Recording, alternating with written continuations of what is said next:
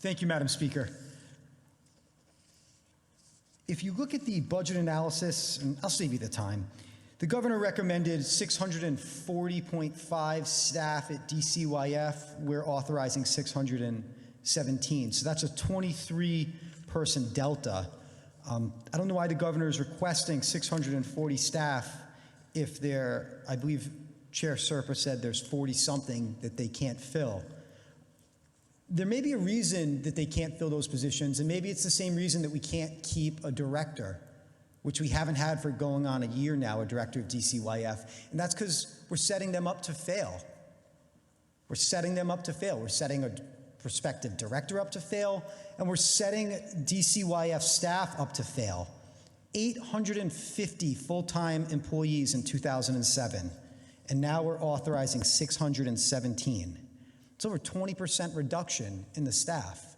Now, do you all think that child abuse has decreased that much in the past 13 years? I don't. 40% drop in the number of calls to DCYF since the pandemic started. 40% drop. Does anyone in this room think there's 40% less abuse going on in this state? Of course there isn't. We can all surmise there is more abuse going on in the state.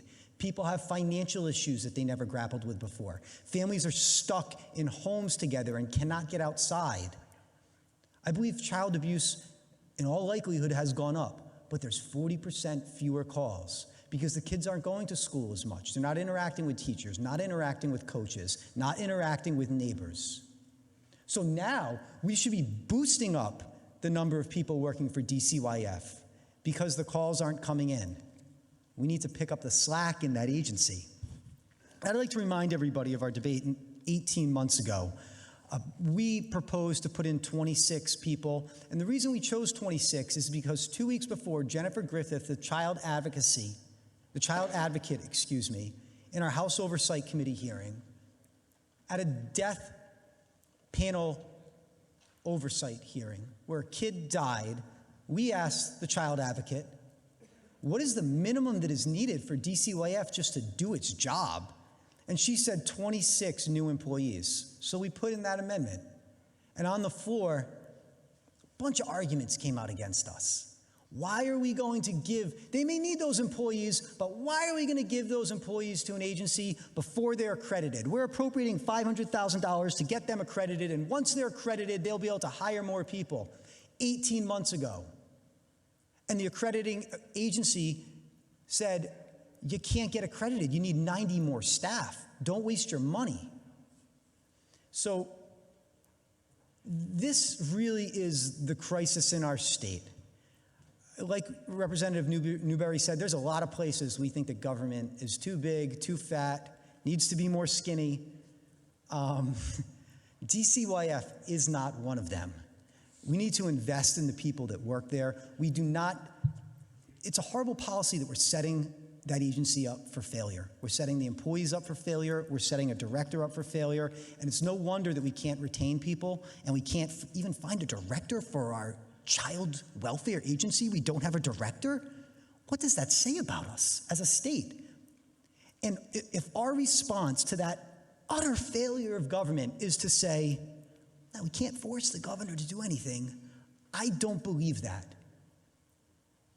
We cannot pass the buck and disclaim authority over the most critical issue facing the kids of our state, one of the most critical ones, where government actually has a role in how children are raised.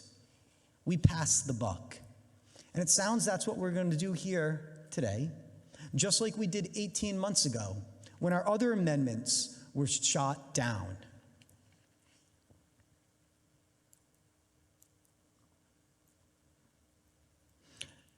I have nothing further. Actually, I do have something further. If Chair Serpa is correct and there's these unfilled positions, what's the harm in doing what we're proposing? There is no harm in doing what we're proposing. If they can't find people to fill these positions, who cares if we authorize more? If that's true, and I don't know that it is. But shouldn't we at least send a message to the governor's office that they have to fix this?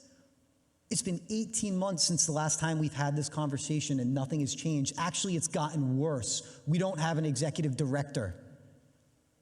A director of the Department of DCYF.